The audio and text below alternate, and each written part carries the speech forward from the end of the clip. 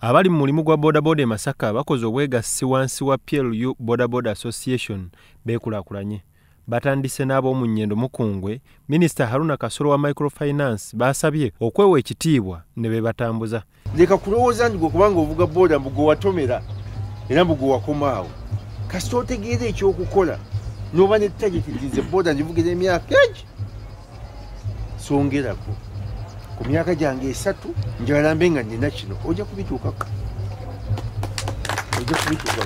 Ne bw'obeerawo gwe nga olyawo ozinze emikono mu nsi nga tolina kiruubirirwa mu nsi.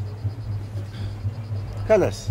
Minisita Kasolo abawadde pikipiki empya bagaziye ennyingiza yaabwe nga bwe bassa ssente mu byo bagasa. Basabiddwa okutegekera obukadde bwabwe nga bavudde mu bodaboda ng'omutandisi w'obwegassi buno Ntale Godfrey agamba abavubuka baganyuddwa. Naye leero ndi musanyufu nga nze ssentebe w'omu Nnyendo okulaba nga atazze mu constituency yaffe ya Nnyendo Mukungwe naawe abaana baffe aba bodaboda pikipiki ng'okutandikirako era ssente zegenda okukola basevinge. Abalala boogedde ku bye baganyuddwa mu musomo ogutegekeddwa ku nnyingiza y'amaka n'okugaziya enfuna ya Ssekinnoomu. Bafa bodaboda batuzaala ate abantu bagala nnyo byetukozesa n'otuuka omuntu ogira nti tuyita ababoda batwala ne batuvugisa amafuta oluusi olunaku lulamba tusiibira abantu baffe balija kule ne batukozesa bwe bati.